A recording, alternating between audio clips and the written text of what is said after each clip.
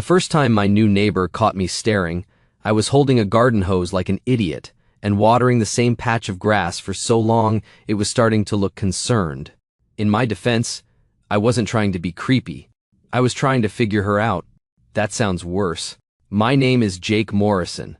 I'm 36, recently divorced, and apparently the kind of man who can survive a custody mediation, refinance a house, rebuild a deck, and still be completely defeated by a woman moving into the blue house next door. Her name was Claire Bennett. I learned that from the mailbox before I learned it from her. She moved in on a Saturday morning with one moving truck, two teenage-looking nephews who carried boxes like they were being punished by the court system, and a golden retriever who immediately decided my yard belonged to him on a spiritual level. I had lived on that street for almost 6 years. Quiet neighborhood outside Raleigh. Old trees. Front porches. People who waved even when they had no intention of stopping to talk. After my divorce, that quiet had become the main reason I stayed. My ex-wife took the condo downtown. I kept the house because I told myself stability mattered. What I didn't say out loud was that the house had become a place to hide. Work, dinner, laundry, lawn, sleep, repeat. It wasn't a bad life. It just had no surprise left in it. Then Claire arrived with paint on her jeans, a dog with no boundaries, and the kind of laugh that carried across a driveway without asking permission. She was probably 34 or 35. Brown hair usually clipped up badly. Warm eyes.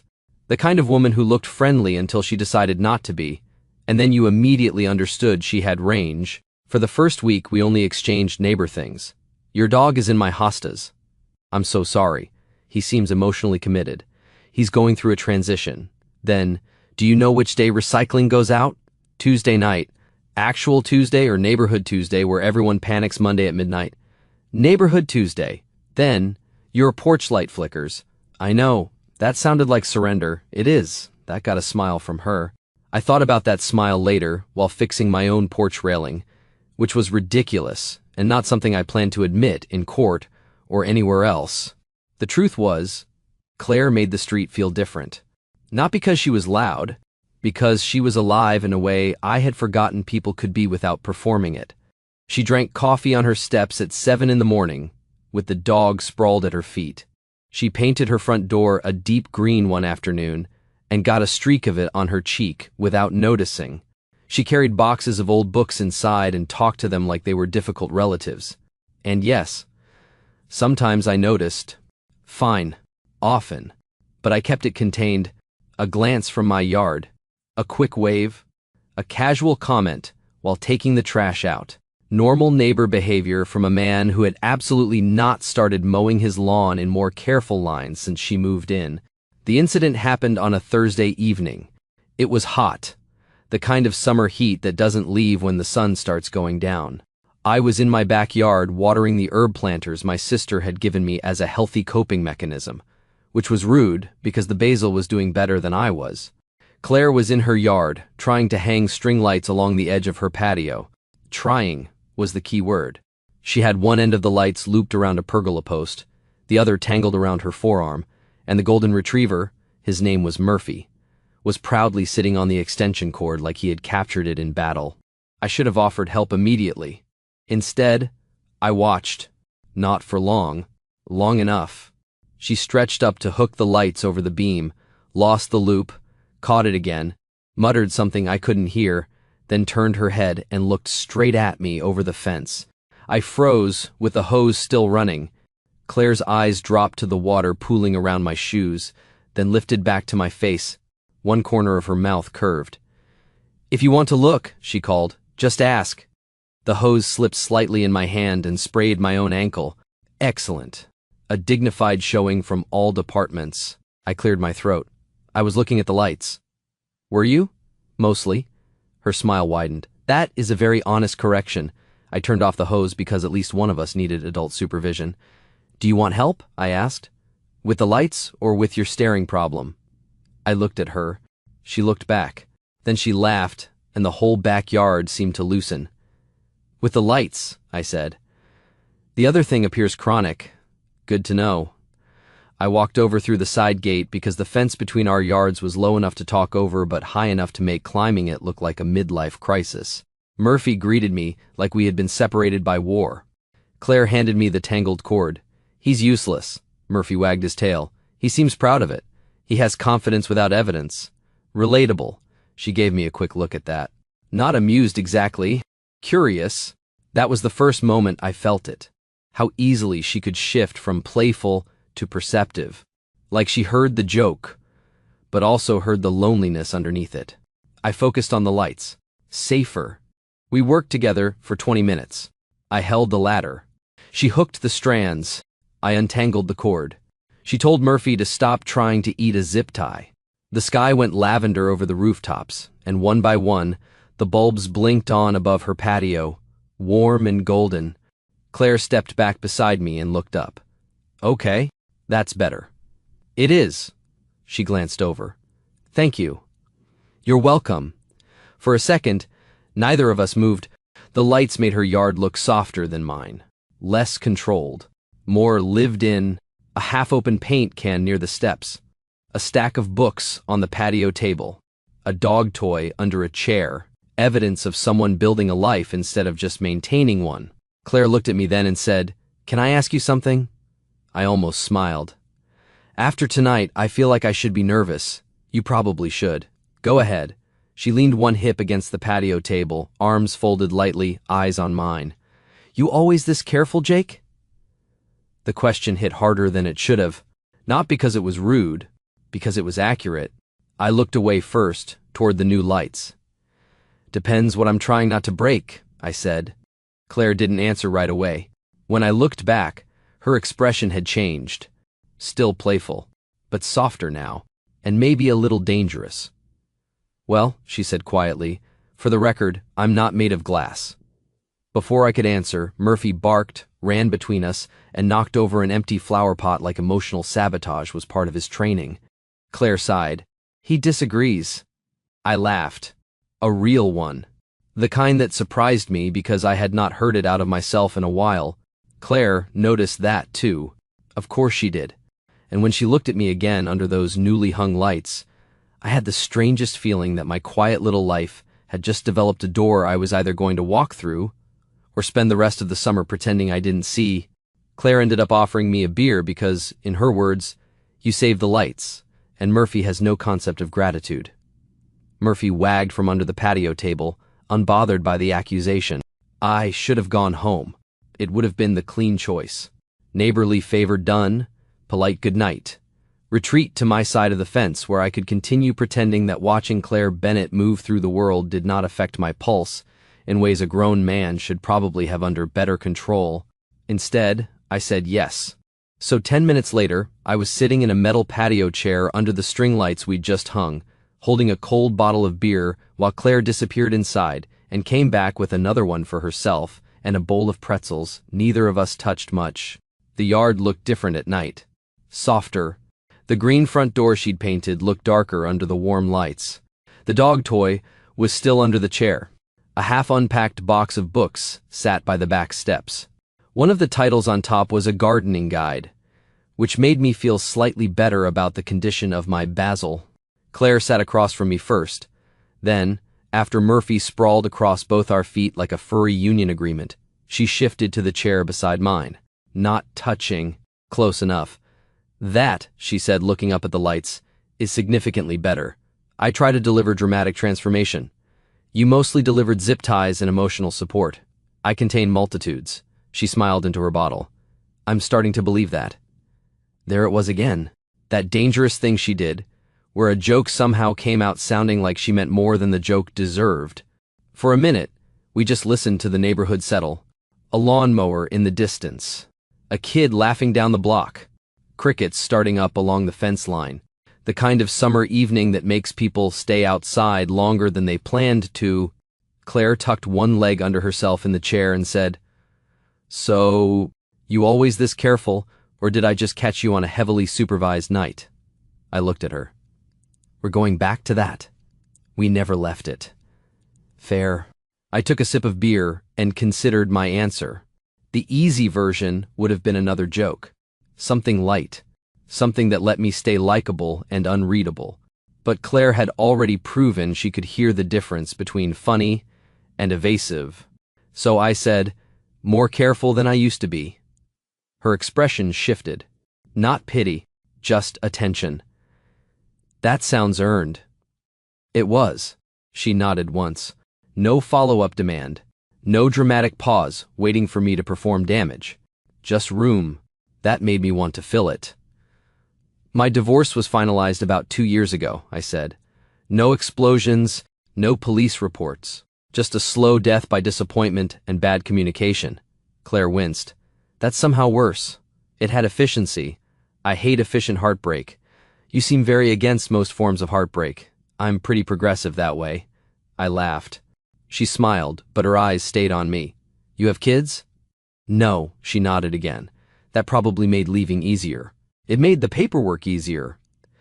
That line sat between us for a second.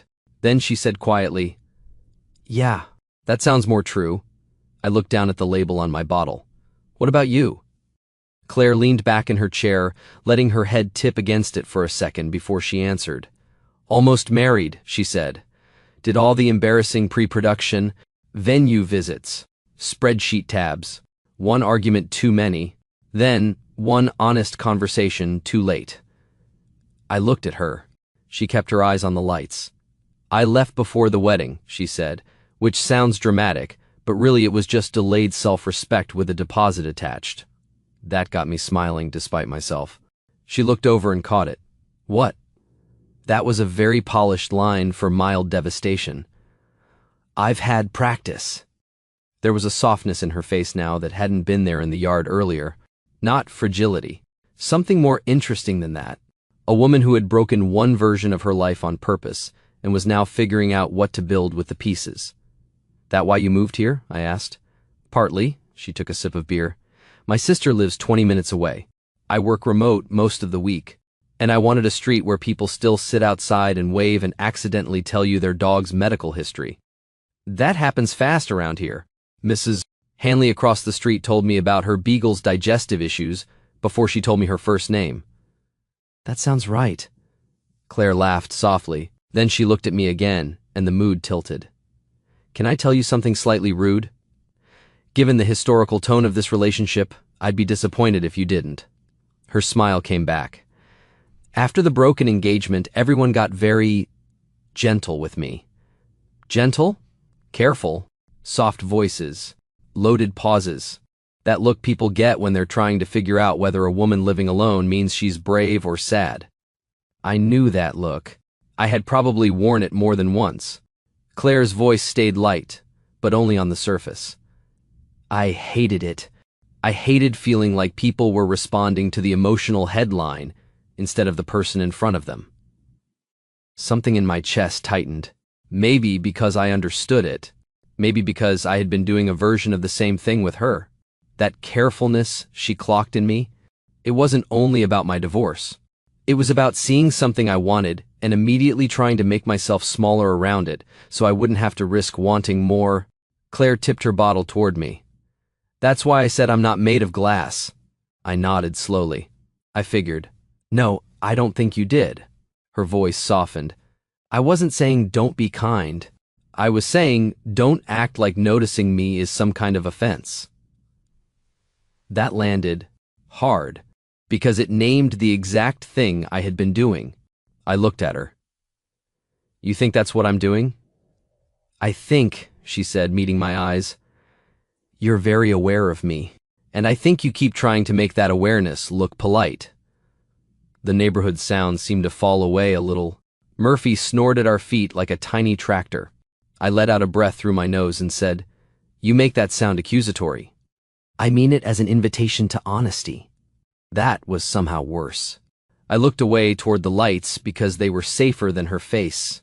Then I heard myself say, "The truth is, Claire, I'm not very good at wanting things halfway." She went very still. When I looked back, her expression had changed again. Not playful now, not even especially soft, just open. "That," she said quietly, "sounds like the first real thing you've said to me." "It might be." She took that in.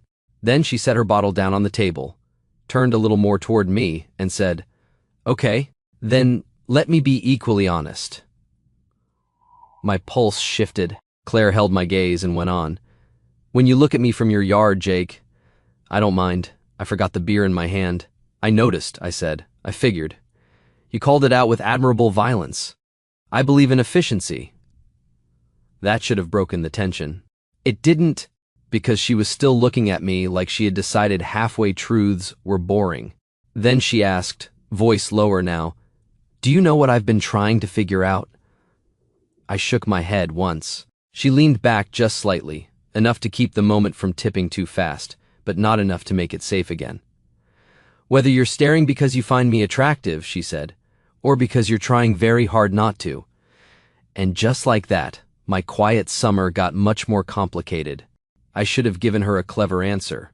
Something easy, something light enough to float us both back to safer ground. Instead, because Claire Bennett apparently had a way of making my survival instincts useless, I told her the truth. Both. Her expression didn't change right away. Just her eyes. They softened, sharpened, and somehow did both things at once. "Both," she repeated. "Yeah. You find me attractive. Yes. And you're trying very hard not to. Also yes." The corner of her mouth lifted, but it wasn't the teasing smile from before. This one was quieter, more careful, like she had asked a bold question and gotten a real answer sooner than expected. "Why?" she asked. That question was harder. Not because I didn't know, because I did. I looked down at Murphy asleep across both our feet. "Because I'm your neighbor." "That's the first reason?" "It's a practical one. It's a cowardly one wearing khakis." I laughed despite myself. "You are very hard to impress." "No, Jake." Her voice softened. "I'm very hard to distract." That was worse. Much worse. Because she wasn't flirting now.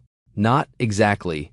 She was standing at the edge of something and asking if I planned to meet her there or keep organizing my excuses by category. I let out a breath. "Because I'm divorced. Because you're rebuilding. Because I'm tired of wanting something good and immediately calculating how it could go wrong." Claire looked at me for a long second, then she nodded once, like that answer had earned a place at the table. "Okay," she said. "Okay? Okay means I believe you." She leaned back in her chair, but her eyes stayed on mine. "It also means I'm not accepting your application for permanent emotional retirement." That got a real laugh out of me. The kind that broke the pressure just enough for the night to keep breathing. She smiled too. Then, before either of us could say anything else, Murphy woke up, sneezed into my shoe, and wandered off toward the bushes with the dignity of a dog who had done his work. Claire watched him go. He has terrible timing. I think he may have saved us from ourselves. Maybe. She stood and picked up the empty beer bottles. Or maybe he just delayed the inevitable. The way she said that stayed with me long after I went home. I did not sleep well. The next morning, I came outside at 7 with coffee and found Claire sitting on her front steps with Murphy's leash in one hand and a cardboard box open beside her. She looked up and smiled. Not the full smirk. Something softer. "Morning, careful man." Morning, woman who interrogates neighbors under mood lighting. She lifted her coffee in acknowledgement. Everyone has hobbies. I was halfway across my driveway when a silver SUV pulled up in front of her house. Claire saw it and went very still. That was the first time I saw her warmth disappear completely. A man got out, mid-30s, polished, expensive casual, the kind of guy whose shoes looked wrong on a normal neighborhood street. He shut the door, glanced at my house, then at Claire, and gave her a smile that didn't reach anywhere useful. "Claire," he said. She stood slowly. "Nathan." So, the almost married one. I stopped by my mailbox because pretending to check the mail at 7 in the morning was apparently the level of dignity I had available. Nathan noticed me. Of course he did. He looked me over once, then turned back to Claire. "I found the last box from the storage unit." He opened the back of the SUV and pulled out a taped box. Claire did not move toward him. "You could have shipped it," she said. "I wanted to see the house." "It's a house. It's a long way to move for a clean break." Her jaw tightened. I hated him immediately. Not because he had history with her, because he still thought he had the right to narrate it. Claire took one step down from the porch. "Leave the box by the steps." Nathan laughed softly. "Still doing that?" "Doing what?" "Acting like you don't care when you care too much." That was when I started walking. Not fast. Not dramatic. Just enough. Claire glanced at me once. A tiny look. Not asking for rescue. Checking whether I understood the difference. So I stopped near the edge of her driveway and said nothing. Nathan looked at me again. "Neighbor?" "Jake," I said. He smiled. "Right." Claire's voice went cold. "Don't do that." "Do what?" "Decide someone's importance before you know it." That landed on both of us, I think. Nathan's face changed. Just enough to show he hadn't expected pushback with witnesses. He set the box down near the steps. "I wasn't trying to start anything." "No," Claire said. "You were trying to measure how far I got without you." The street went quiet. Even Murphy, traitor to all tension, stopped sniffing the azalea long enough to observe. Nathan stared at her. Then Claire picked up the box, held it against her hip, and said, "I got far enough." For a second, I thought he might argue. He didn't. He got in his SUV and left with less dignity than he arrived with. Claire watched until the car turned the corner. I stayed where I was. Eventually, she looked at me and said, "You can stop pretending that mailbox is fascinating." I looked down at the empty mailbox. Strong architectural presence. She laughed, but it came out uneven. I walked closer. "You okay?" "No. Honest. Immediate." My chest tightened. She set the box on the porch and wiped one hand over her face. "But I think I will be." That felt like the right answer. Not the easy one. The right one. I nodded. "Do you want company or space?" Claire looked at me for a long second. Then she held out Murphy's leash. "Walk with me?"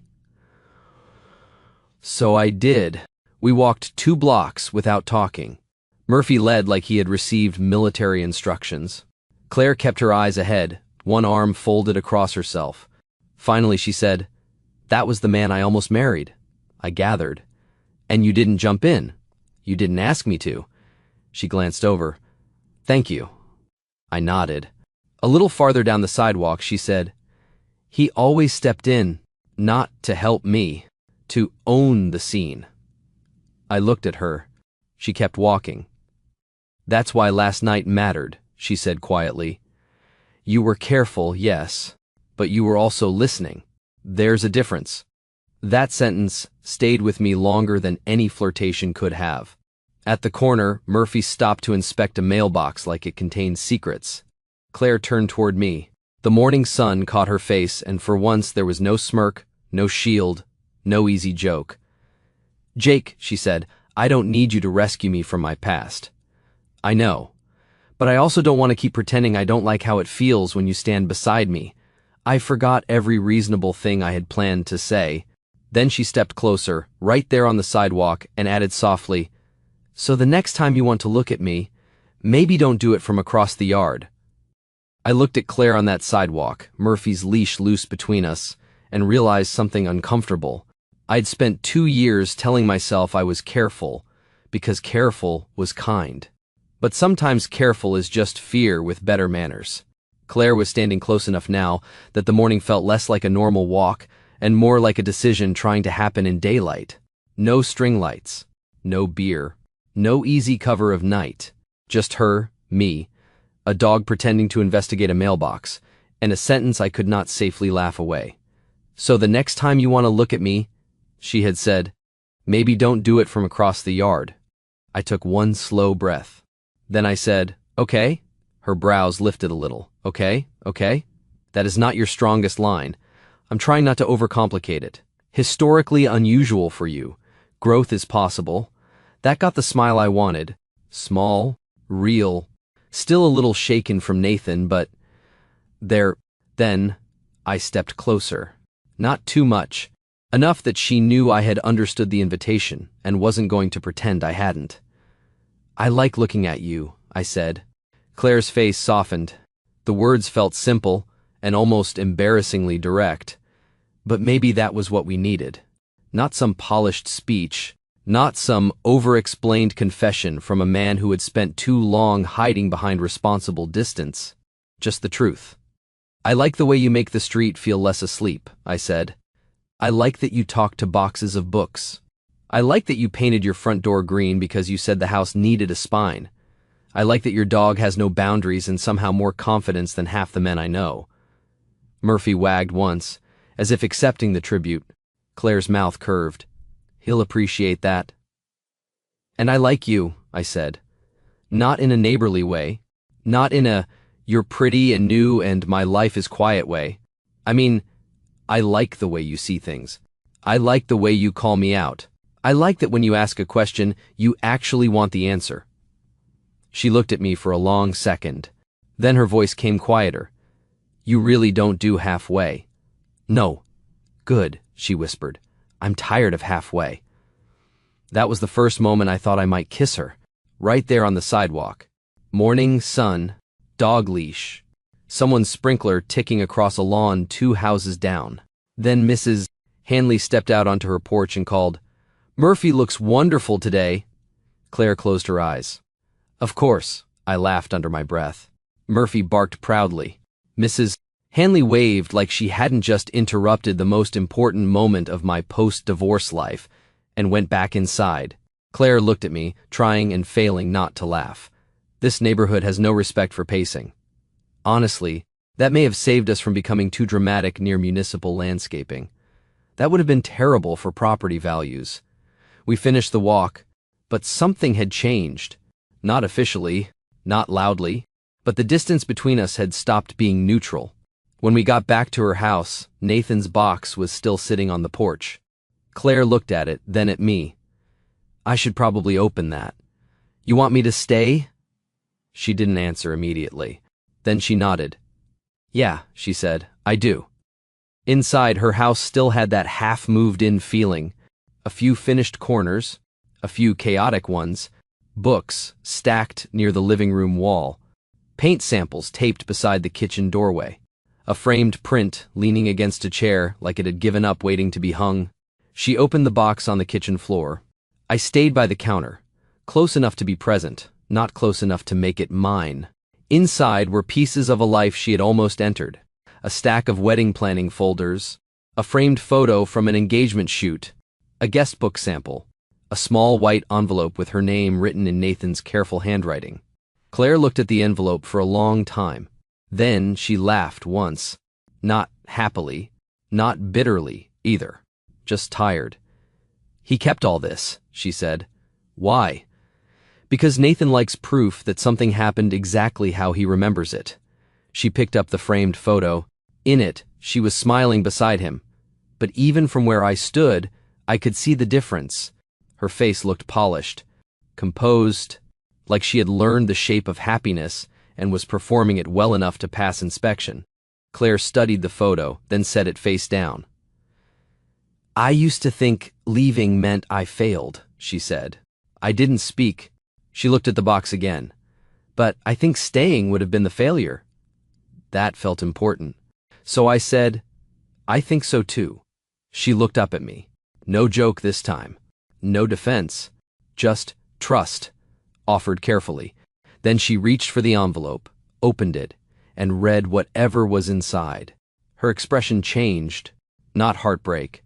Annoyance. "Oh, he is unbelievable." "What?" She handed me the paper. It was a note. Short, polished. Written like someone trying to sound wounded and superior at the same time. "I hope this new life gives you whatever you thought I couldn't." I looked at her. Wow. Right? That sentence owns a linen blazer. Claire laughed so suddenly that she had to cover her mouth. It broke the room open, not because the note was funny, because she was finally laughing at something that had once had power over her. She took the paper back, folded it once, and dropped it into the trash. Then she looked at the photo, the folders, the wedding debris. "I don't want this in my house." "Then it doesn't stay." We carried the whole box to the garage. She didn't make a ceremony of it. No dramatic burning, no speech. Just one box placed on a shelf, marked "Donate." Shred, never again, which felt very Claire. When we came back inside, the house felt lighter. So did she. She leaned against the kitchen island and looked at me. Thank you. For what? For not making that bigger than it needed to be. I smiled. I'm learning your preferred scale of emotional support. Good. It's very specific. I've noticed. The air shifted again. Quietly, we were back where the sidewalk had left us, only now there was no Mrs. Hanley, no mailbox, no dog pretending to be a chaperone. Murphy had abandoned us for a sunbeam near the back door. Claire looked at me. I looked at her. Then she said, Jake. Yeah? I don't want to be careful right now. My pulse moved hard once I stepped closer. Are you sure? She smiled faintly. That is a very you question. I can ask it in a cooler voice. No, she shook her head. I like that you asked. Then she reached out, not grabbing, not pulling, just touching 2 fingers lightly to the front of my shirt. Small contact. Huge consequence. I'm sure, she said. So I kissed her. Softly, at first. Carefully enough to give both of us a chance to understand it, before it became something we couldn't take back. Then, Claire leaned into it, and the careful part didn't disappear exactly, it turned into certainty. When we pulled apart, she was smiling. Not smug, not nervous. Bright, in a way I hadn't seen from her before. Well, she said, that was much better than staring. I laughed, forehead almost touching hers. Good to know. It was still a little careful. I'm working on it. I noticed, then Murphy barked from the back door, apparently offended by the lack of attention. Claire looked over my shoulder and sighed. He's going to tell the whole neighborhood. Mrs. Hanley probably already knows. Definitely. We laughed, and that was the part that stayed with me most. Not just the kiss. Instead, Claire made coffee even though it was barely 10 in the morning. And I stayed in her kitchen while Murphy sprawled on the floor between us like a smug little witness. For a while, we didn't try to define anything. That was surprisingly nice. Claire showed me where she wanted to hang the framed print by the living room window. I held it up while she stood back, tilted her head, and said, Higher. I moved it higher. No, too high. I lowered it. Now it looks insecure. I looked over my shoulder. The print? The whole wall. That feels like a lot to put on one nail. She laughed, and I loved how easy it felt to make her do that now that I wasn't trying to pretend I didn't want to. By noon, the print was hung. The empty box from Nathan was in the garage, and Claire walked me to the side gate with a smile she kept trying to hide and failing at completely. So, she said, leaning one hand against the fence, are we going to be weird now? Probably. Good. I'd hate for us to become emotionally efficient overnight. I smiled. Dinner? Her eyes warmed. Are you asking properly? I'm trying. Then yes, our first real date was 2 nights later. Not across a fence. Not under the excuse of broken lights or old boxes or a dog with boundary issues. Just dinner at a small Mexican place downtown where the tables were too close together and the salsa was dangerous enough to require a warning label. Claire wore a red sundress. I forgot how to speak for a second when she opened the door. She noticed. Of course she noticed. If you want to look, she said, you can still ask. I shook my head. You are never letting me survive that, are you? Absolutely not. The date went well. Better than well. It was the kind of night where silence didn't feel like failure and laughter didn't feel like performance. She told me more about leaving Nathan. I told her more about the version of myself that disappeared after my divorce, the one who used to say yes to things without immediately scanning for exits. Claire listened without trying to fix it. That mattered. After dinner, we walked by the river, and when she took my hand first, I didn't overthink it. That mattered too. For the next few months, our street became impossible to lie to. Mrs. Hanley saw everything. My sister noticed Claire's coffee mug in my kitchen and said, finally, the yard-staring era has evolved. Murphy began spending so much time at my place that Claire accused him of emotional betrayal. The best part was how ordinary it became. Sunday groceries, porch coffee, fixing her sticking bedroom window, her helping me choose paint for my guest room, and then immediately banning the color I liked because, apparently, sad oatmeal was not a valid aesthetic. We didn't rush. That was important. We were both old enough to know chemistry can be loud and still not be trustworthy. So we let trust get louder too. 6 months later, Claire's house stopped looking like she had landed there after escaping something. It started looking like hers. Deep green front door, lights over the patio, books finally shelved. Murphy's toys in every possible place except the basket made specifically for them. And my house changed too. Not dramatically. Just enough. A second coffee mug by the sink. Her sweater on the back of a chair. Dog hair on the couch I claimed to hate and secretly didn't mind. 1 year after that first night under the string lights, I asked her to move in. Not because we needed to prove anything, because one evening I watched her walk from my kitchen to her yard to grab Murphy's leash, then back through my side gate, like the fence had become a formality, and I realized we had been living across 2 houses for no good reason except habit. Claire looked at me for a long second when I asked. Then she said, "Only if we keep the green door." "Your green door?"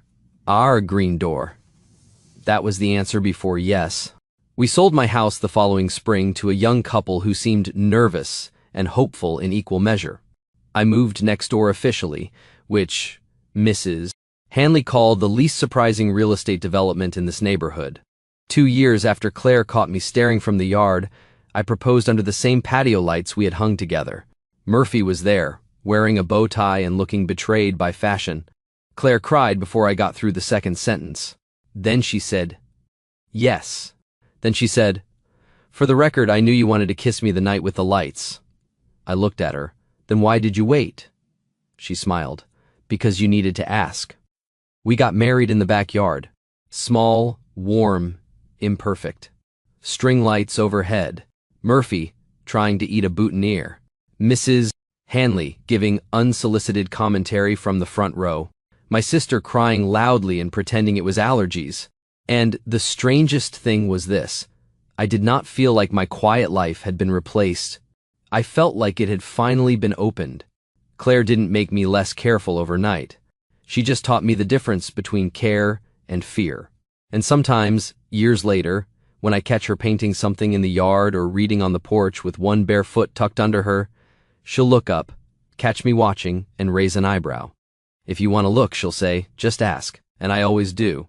What would you have done if your new neighbor caught you staring from the yard and called you out with one line that made it impossible to keep pretending? And have you ever had someone walk into your quiet life and make you realize carefulness had slowly become fear? Tell me your story in the comments. If you liked this one, leave a like, subscribe, and I'll see you in the next video.